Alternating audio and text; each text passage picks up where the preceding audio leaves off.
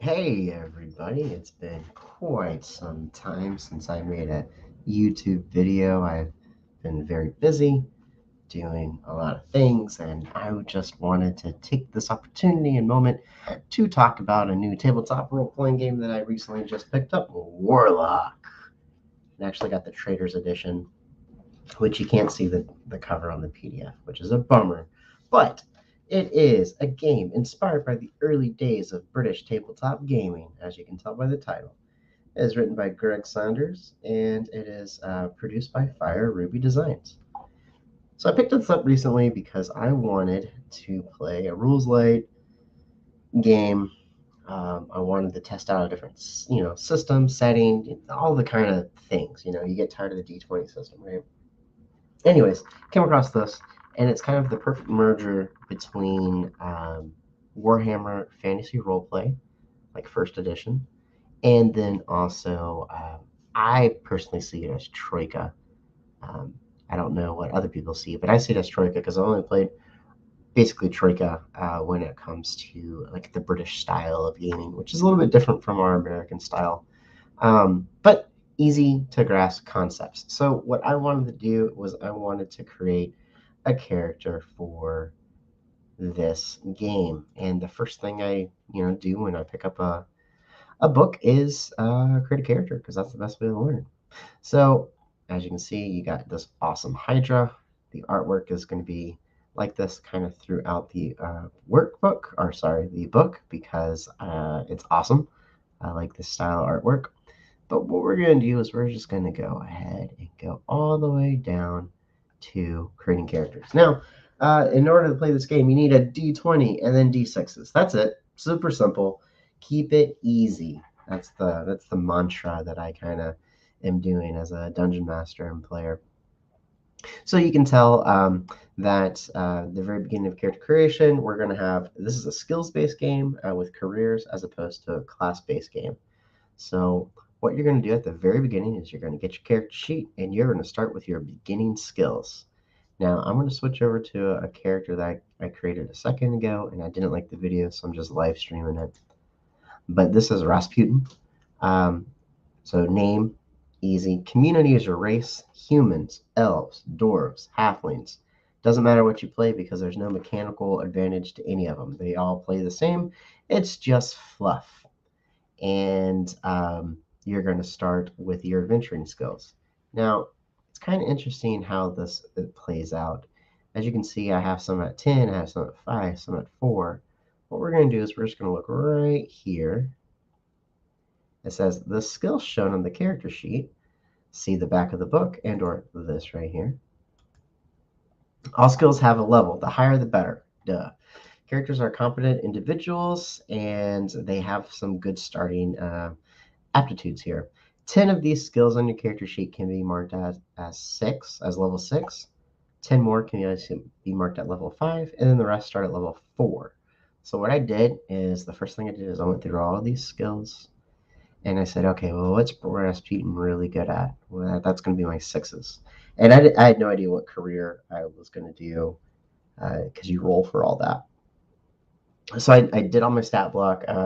6 is the highest. You're going to distribute that between 10 of these skills.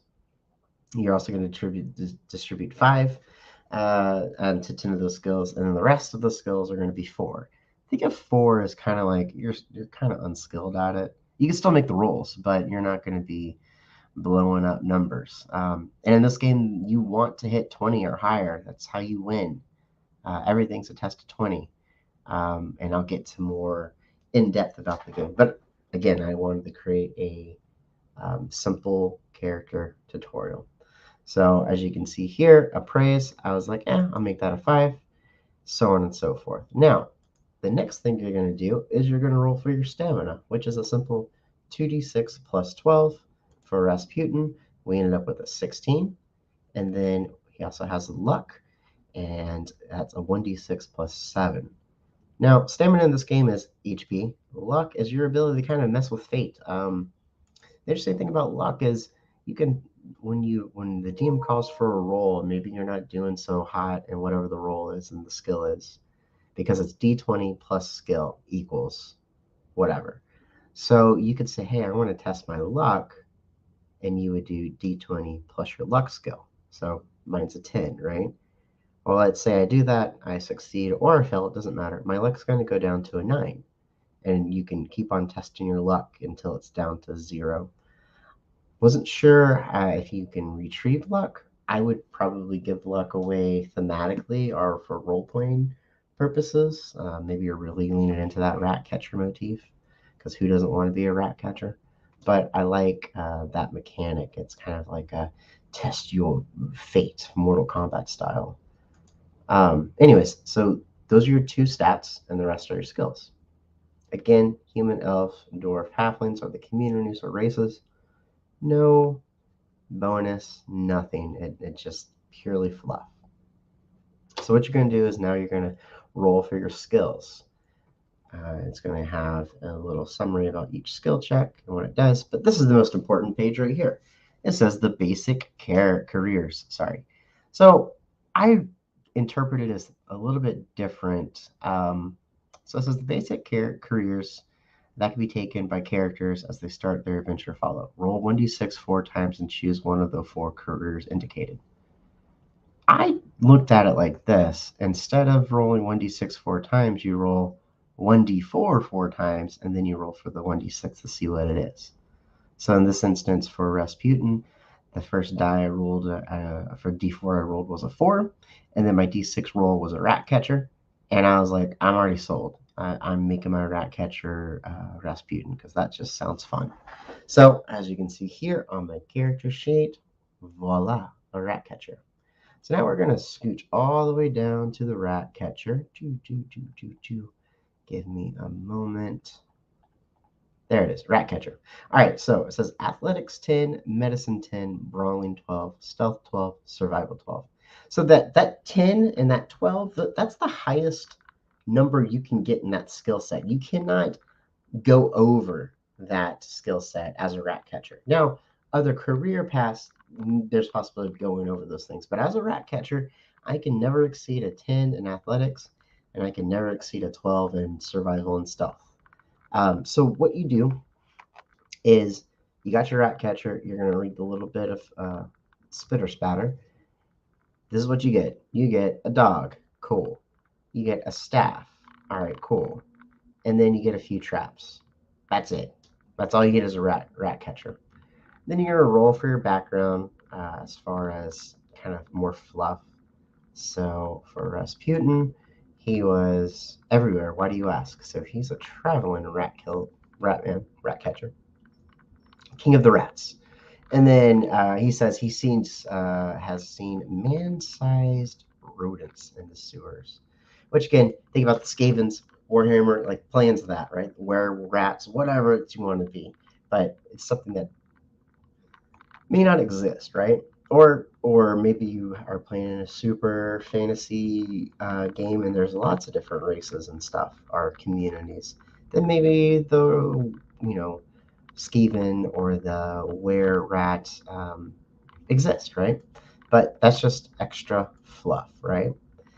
The next thing I did is, so you have your set skills that you buy at advancement. Now you have 10 points, additional 10 points to kind of move around.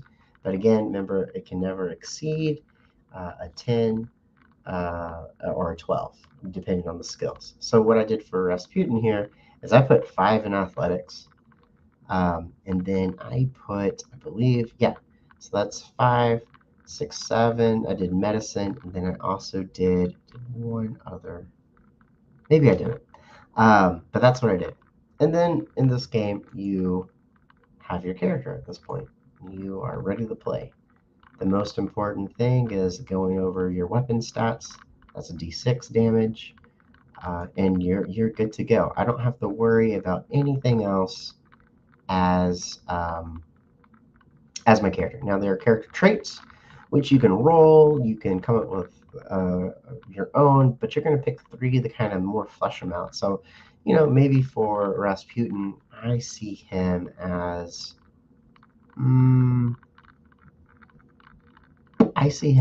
grouchy, because I like that. grouchy. I also see him as anxious.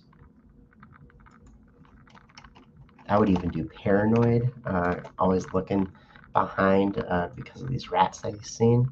And let's make him, let's make him noisy. He's not a very good rat catcher. So there is his traits. And from there, you're ready to rock and roll, man. You're gonna do your equipment stuff. Everybody starts with a certain amount of starting gear. I think it's 2d6 as your silver, and then you always get, well, always get a backpack, 1d3 days of rations. So I rolled a 2, a water skin, eating knife, and clothes and boots. Those are always guaranteed, except for the D3 and the D6 for the silver. That'll vary. But at that point, you are ready to play the game, and you're gonna have fun. That's the whole point of this game. But the core rule, very simple. We have tests, and we have opposed rolls. So a test is your D20 plus a skill. You want to get to 20. The DM can decide it's a difficult or it's a very difficult task and will impose a -2 or -4 for the skill. The opposed rolls, this is going to be more for fighting, are trying to outmaneuver or perform against another individual or group. Same scenario, but it's both people are going to be rolling. So the goblin swings and you swing, and whoever has the highest skill goes through. Again, the testing your luck. You can use your luck stat instead of your skills, but it takes away from your luck. Or yeah, it takes away from that luck pool. You advance by doing 1 to 3, depending on the session length. It varies, but that's the preferred thing is 1 to 3 advances. So you can look at different careers. You can look at different opportunities. You can look into buying into an advanced career, so an advanced rat catcher, which I don't know what the advanced rat catcher would be. I think you can kind of really pick. But in my mind, the advanced rat catcher is a wizard. No, I'm just kidding. That'd be really cool. Thank you, World of Warcraft, for letting me know that. But that is the game. You have your combat section, pretty simple. Again, it's going to be opposed rolls. You have the 1d6 rolling thing, and each person takes a turn. So if it's 3 people and 3 goblins, and the PCs were anywhere from 1 to 3, and the goblins were 4 to 6, someone's going to roll first, and let's say it's a 1. One PC goes, and then the goblin goes, and then another PC goes, and then a goblin goes. So you're taking turns, right? So that's kind of cool. I would do it by the whole rounds, and I would reroll for initiative because that's how I like to play my games. It keeps it different. You have your melee attacks, you have your ranged attacks. There's a lot of things you can do there.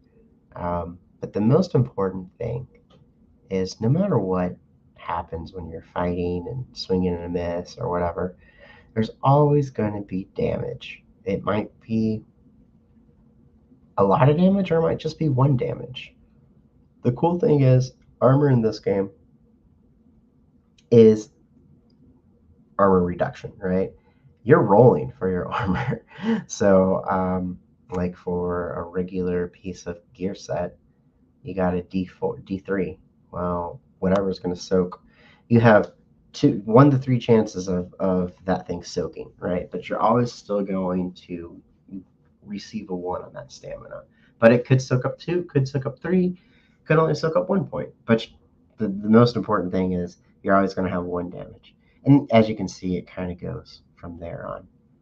Modest armor is 1d6. So pretty cool. If deductions were reduced to damage to 0, treat it as a 1. That's why I keep on saying that.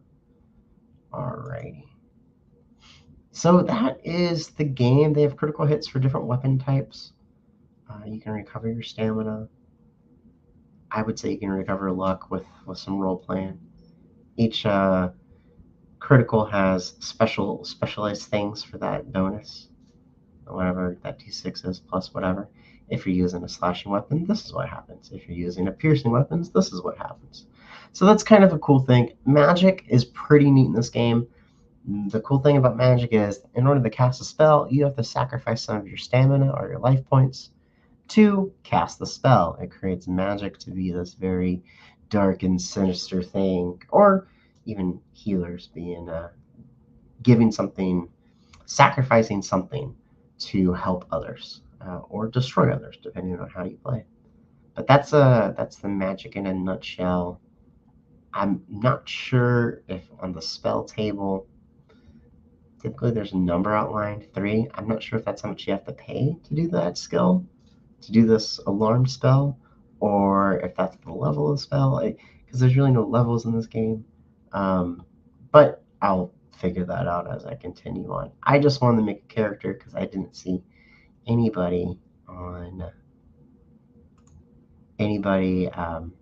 YouTube having a character creator for Warlock, so I wanted to be the first to not the first, but to do that.